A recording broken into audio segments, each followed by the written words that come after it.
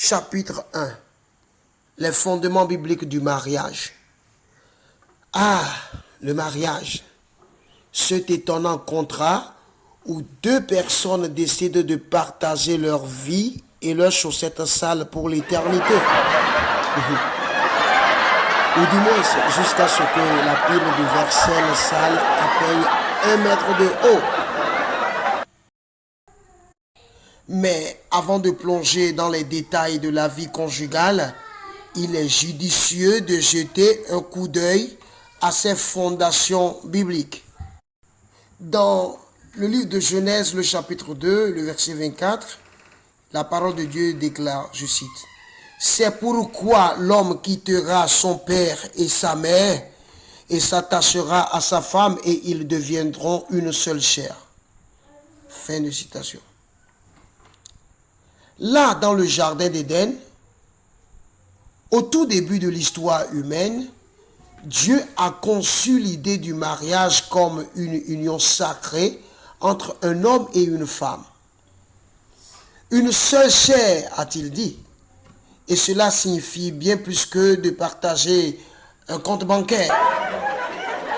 Cela signifie partager vos rêves, vos espoirs, vos peines et vos joies, mais aussi votre pizza de vendredi soir. Car le partage est la clé du succès conjugal, n'est-ce pas? Lisons à présent Éphésiens le chapitre 5, le verset 25. Je cite. « Marie, aimez vos femmes comme Christ a aimé l'Église et s'est livré lui-même pour elle. » Fin de citation. Ah, l'amour conjugal comparé à l'amour de Christ pour l'Église. C'est un amour qui va bien au-delà de la simple affection, un amour qui demande de se sacrifier pour le bien-être de l'autre. Alors, la prochaine fois que vous vous disputerez pour le contrôle de la télécommande, rappelez-vous que l'amour biblique implique parfois de laisser l'autre choisir le programme de la télévision.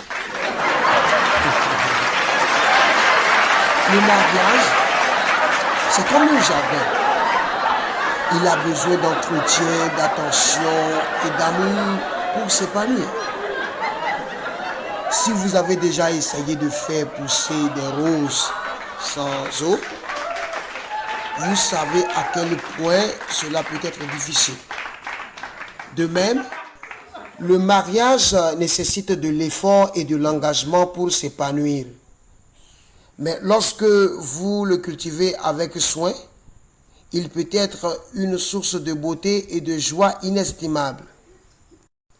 Psaume 133, le verset 1 dit qu'il est bon, qu'il est doux pour les frères de demeurer ensemble. Amen. C'est vrai, demeurer ensemble peut être doux et bon. Mais si cela signifie parfois laisser la lunette des toilettes en position basse ou supporter le ronflement mélodieux de l'autre la nuit.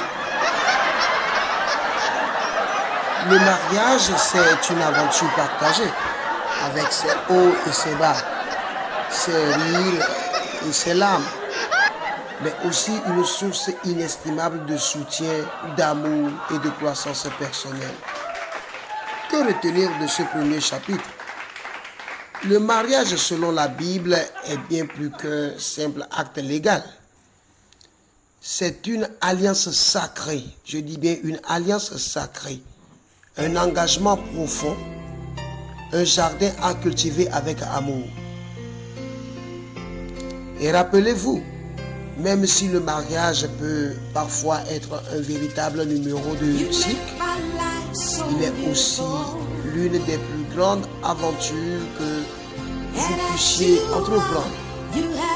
Alors, préparez-vous à jongler avec les défis, à équilibrer les rires et les larmes, et à célébrer chaque moment, car le mariage, c'est avant tout une danse magnifique de deux âmes qui s'unissent pour une vie de bonheur et d'aventure.